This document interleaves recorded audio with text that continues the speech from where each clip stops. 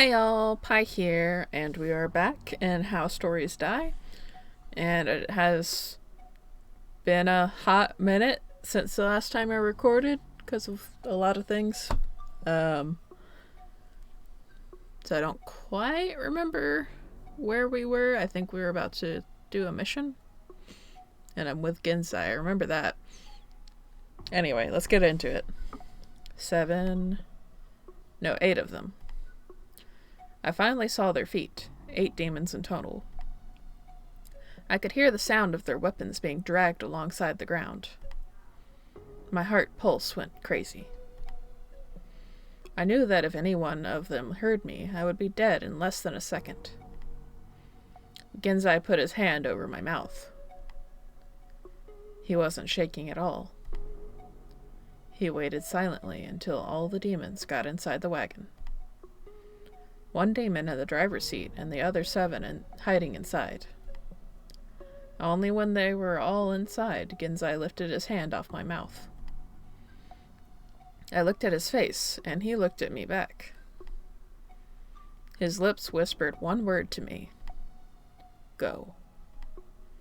I got up as silently as I could and entered the back side of the wagon. I held the explosives tightly so they won't make any sound. So am I just supposed to choose one jug, right? I laid the explosives on the floor and pulled out a syringe out of my pocket. The white liquid inside shined, telling me, Horace, you are not wrong. My hand was on the jug, ready to open it. Okay, here I go. 3, 2, 1. I quickly removed the cover and looked in.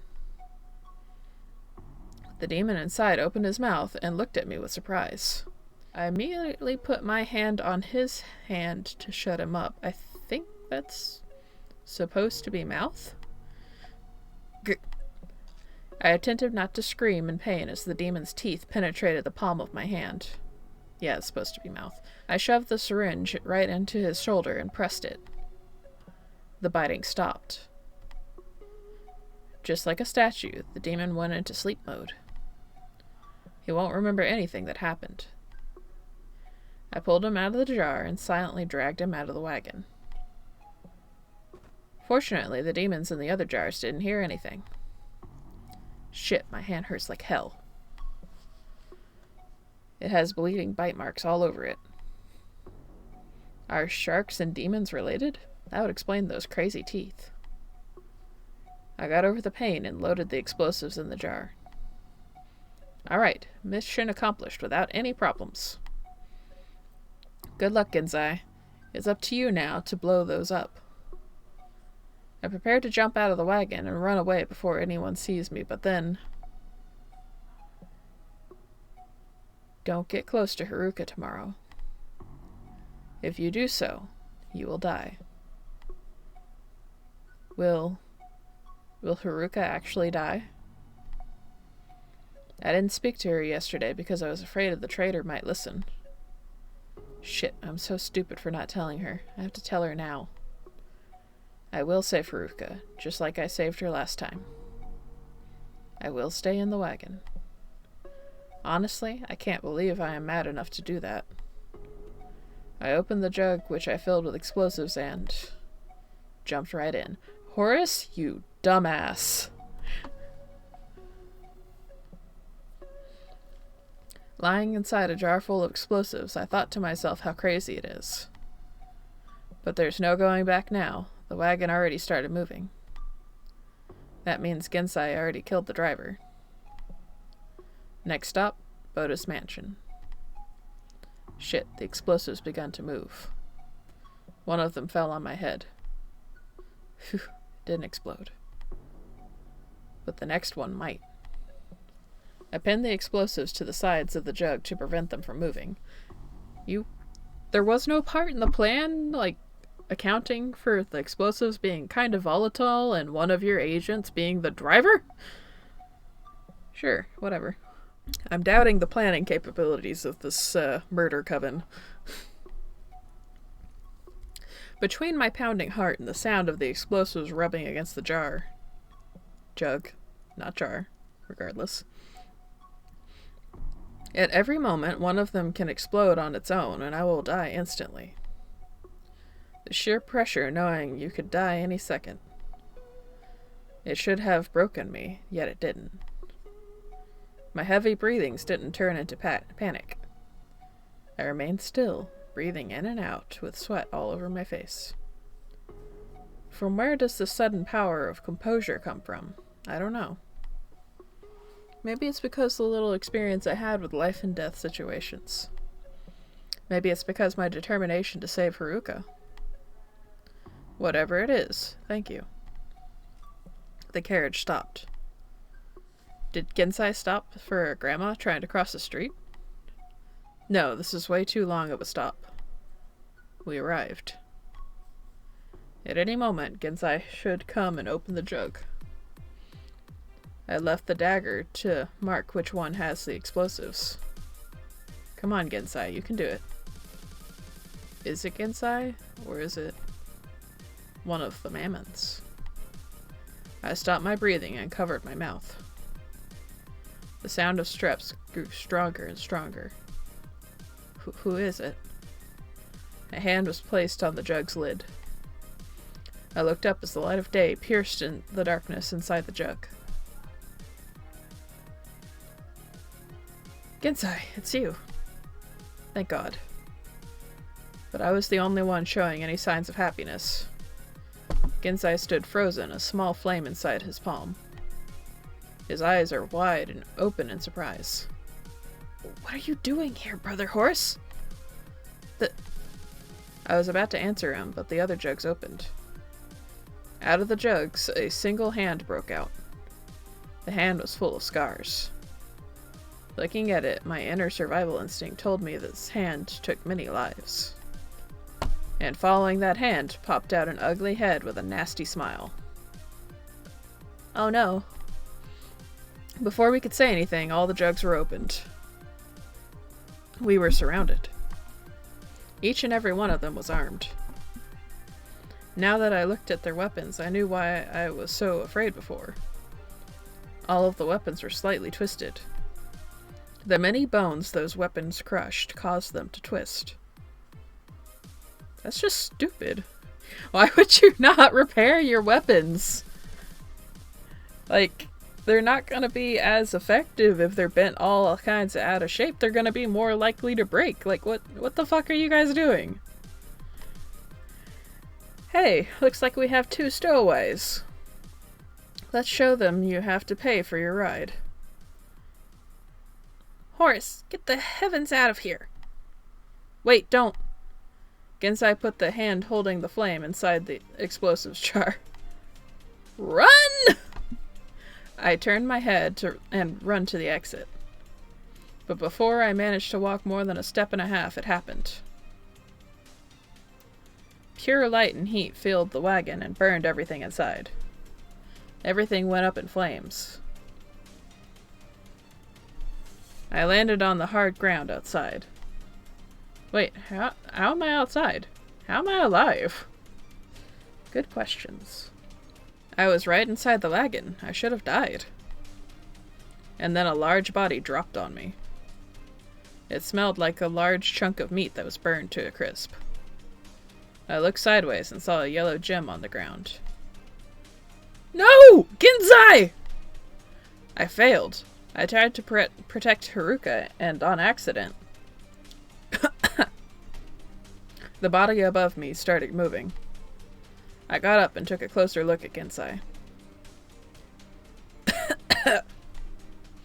He looked really bad. He didn't get hurt from the fire, but he inhaled a ton of smoke in the process. I brushed the coal off his face and put him on my back. Are you okay there? Can you talk? Yes.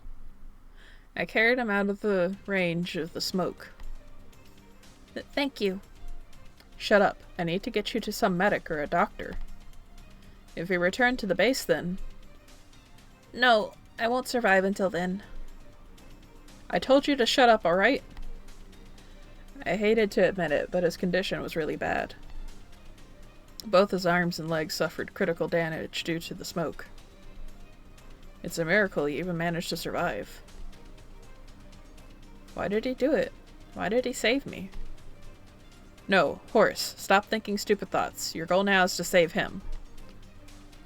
I wonder if I lived a good life. Gensai's eyes suddenly opened in surprise. Brother Horace, look behind you! I turned my head backwards. A single demon in a white suit ran towards the mansion. Shit, he's going to warn his friends. Did they not see and hear the explosion? I thought the explosion was supposed to kill all of them. We have to stop him before he warns the backup squad. That would put Sister Haruka in great danger. I now turned my head back to Gensai. You are right, but first... It really hurts to stand. What? Why are you standing in your place? We have to stop him! In your condition, it should be hard for you to even talk, let alone stand. That might be true, but my duty still remains. To protect Haruka and create a better world. Now come, we have to protect the source of hope. Gensai didn't wait for me and started chasing the Mammon guy. I looked at his figure running in the distance in awe. My resolve still has ways to go. And even then, I'm not sure it would ever reach his level. I smiled and started sprinting after them. Hey, wait! I heard the screams of the guard desperately trying to follow us from behind. But he was too far to even pose a threat. We've already went past the gate into the realm of the mansion. Due to my pretty lame physique, I can only hear Gensai and the Mammon guy shouting at each other. You're not getting away! Stay away! Stay the fuck away! Shit, I already lost them. Think, Horace, where are they? They should be heading for the entrance to the sewer. But it doesn't make sense for a private house to have an entrance to the public sewer. The only place I can think that's some connection to the sewer is the toilet? The big question, the one that shall determine Gensai's fate, the question in the center of this battle between life and death. Finally found you! I grabbed him by the neck and pulled him close to my face. With an intimidating expression, I asked him the question. Where is the bathroom? I need to fucking pee. Okay. I headed inside the mansion, following the directions of the guard. Hopefully what he said about it being a shortcut is true. Gasping for air, I finally entered the toilet. Phew, so their toilet is just like ours. A big hole in the ground. Ew, that's... Ew. Invent indoor plumbing, damn it. I was afraid it would be something complicated with pipes and tons of buttons that foreigners like to press all at once and then have trauma for life.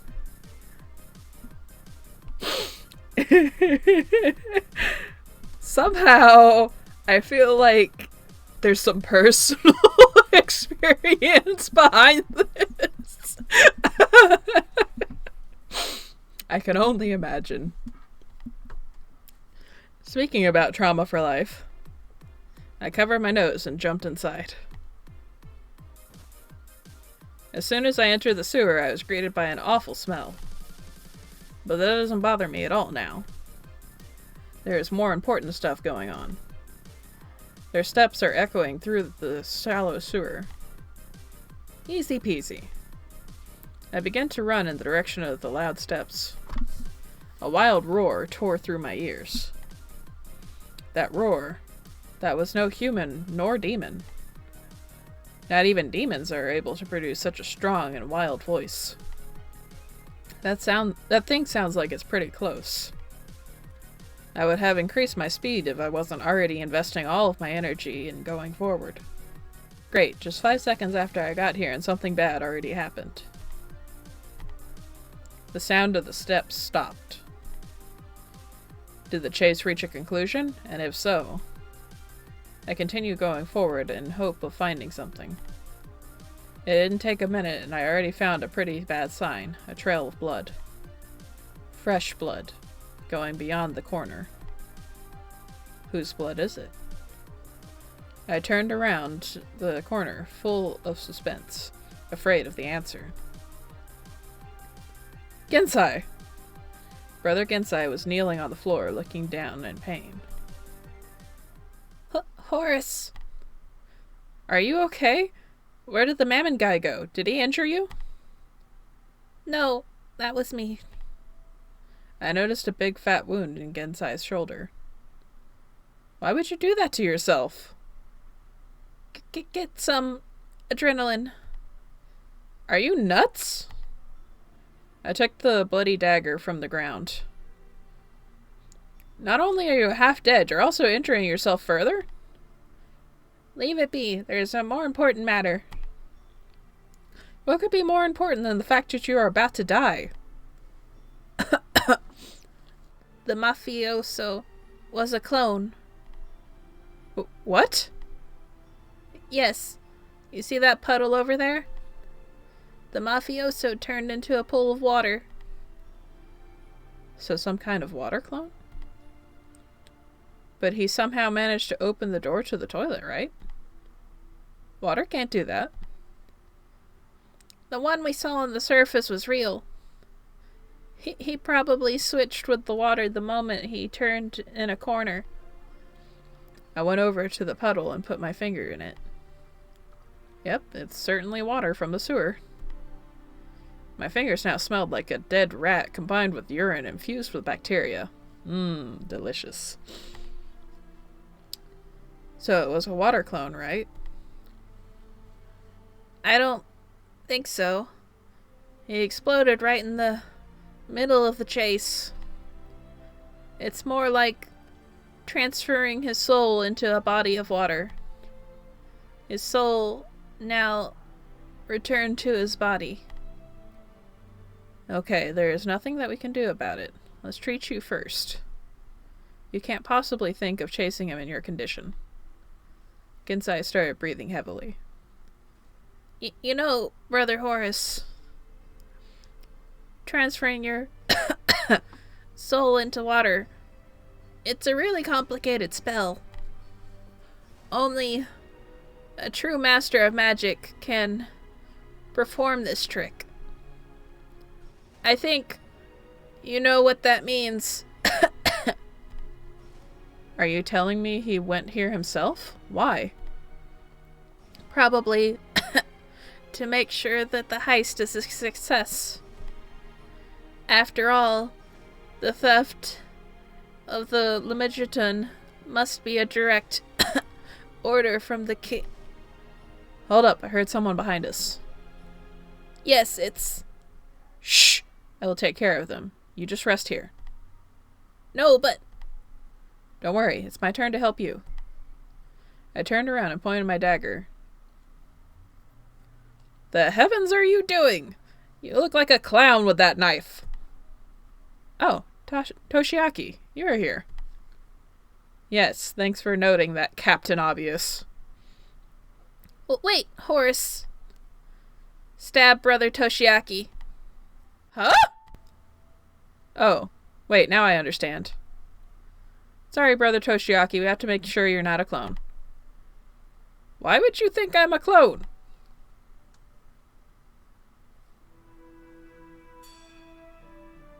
I told him all about the incident. So the arm is here. Good to know.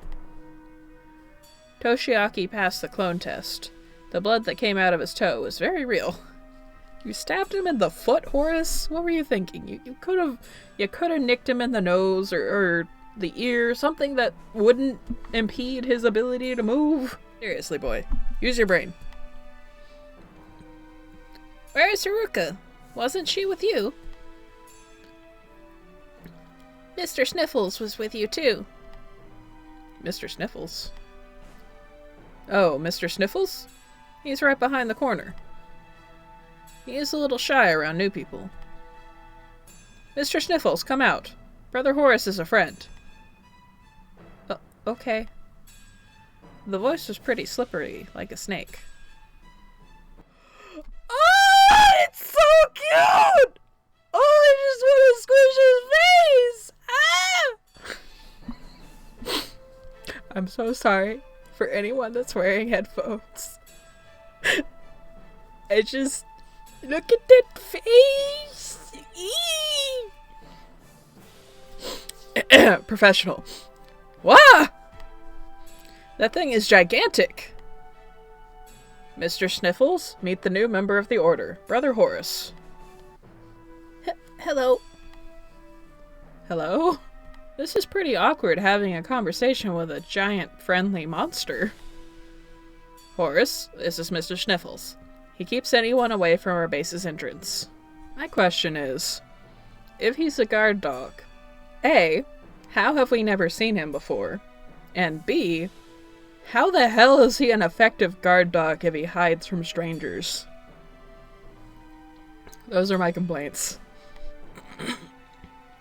Nice to meet you. Why did you bring him with... Toshiaki, are you deliberately not telling me about Haruka? I knew that if I told you, you would do something stupid. Where is she? She went inside the mansion by herself. She's going to steal the Lemegeton. What? Damn it, I knew she might try something like that. Huh? Gensai made a step forward while letting out a scream of pain. Excuse me, I have to... You are not going anywhere. We have to treat you immediately. The arm is with her. She's in great danger. Gensai started walking back. Mr. Sniffles! Sorry, I'm really sorry. Mr. Sniffles blocked Gensai's path. Get out of my way! You can barely walk. I can't just leave her alone against the arm. Well, I can. I couldn't care less about the two of them. And you are coming with me. Why do you even care about me? Just let me die like you are doing to Haruka. That's because you are a demon. You are not death incarnate. And I've seen far too many demons die for nothing. Mr. Sniffles, carry him. Okay, sorry. Mr. Sniffles tried to catch Gensai with his arms, but Gensai resisted and shoved him away. Brother Horace, you are coming too. Sure, but before that I have some investigating to do. I winked to Gensai, and in response he stopped resisting. Fine, if it's you. He whispered quietly. Mr. Sniffles grabbed Gensai and put him onto his back. Sorry. Mr. Sniffles, please lick the floor as you walk. Huh? Why? The floor is not that tasty. How else would Brother Horace be able to find the way back? Ah! Aww. Why are you making the poor baby lick the floor? That's just mean. Toshiaki gave me an ugly look. Now then, good luck with your investigation. Gensai gave me one more meaningful look before the three disappeared into the darkness. As soon as Toshiaki went out of my line of sight, I rushed out of the sewer. I hope I'm not too late. If I remember correctly from Izo's sketch, the vault is right in the middle of the mansion. 5:50 p.m. So I just have to follow the route Izo showed us, and I will eventually meet Haruka. Surprisingly, there was not even a single guard in the hallway. That's probably because Haruka's already been here. If there is one thing that we know for certain about Haruka, she's efficient. Seems like the Mammon guys did a pretty good job in finding it. Luckily, that works in my favor too. And speaking of luck, a familiar blue-haired girl was running in my direction. Haruka! Haruka stopped in her tracks and smiled to me. Oh, Hello there, Horace. Why did you suddenly abolish the plan? I don't think that's how you're supposed to use that word, but we'll let it go. Why are you trying to steal the Lemedgerton? It's obvious. As long as it stays here, it will be in danger of being stolen. I was simply moving it to a safer place. Yeah? I can't really argue with her. Few places more safe than a place that, in theory, doesn't exist. Or at least a place that's existence is not currently confirmed. Was? Haruka pulled out a small book out of her pocket. The brown cover it had was on the verge of crumbling, but contradicting its lame appearance, there was a shiny purple gem right in the middle of it. Somehow that stone gave me some pretty bad vibes. But that's just a feeling. Recognize that? No. But since I asked about the Lemedgerton, I assume that's the Lemedgerton. That's the Key of Solomon. That's a book, not a key. Horace, you are a dumbass. And how does it connect to Lemedgerton? The Key of Solomon is another name for the Lemedgerton. Haruka.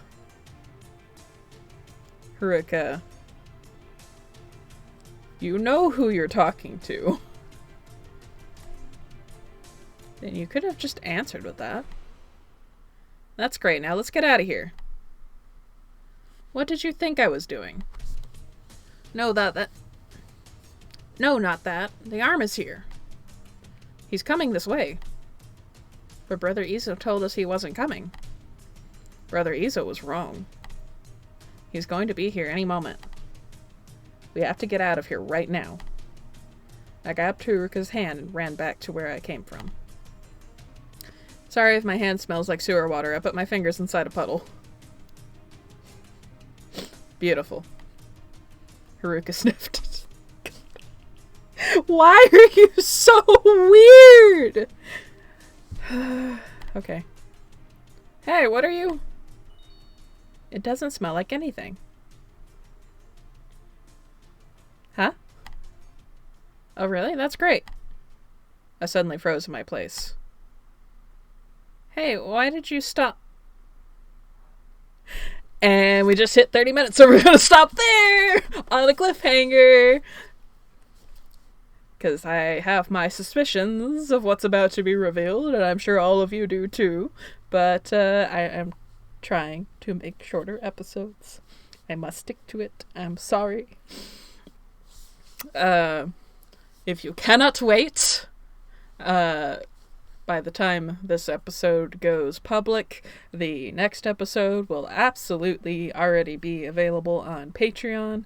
So you can join my Patreon for as little as $1 a month and get early access to all of my videos, as well as updates of what's going on in my life. And if you are not a patron, that's okay. I would appreciate it if you would subscribe so that you can hang around until my next video comes up. So thank you guys so much, and I hope to see you again in the next one.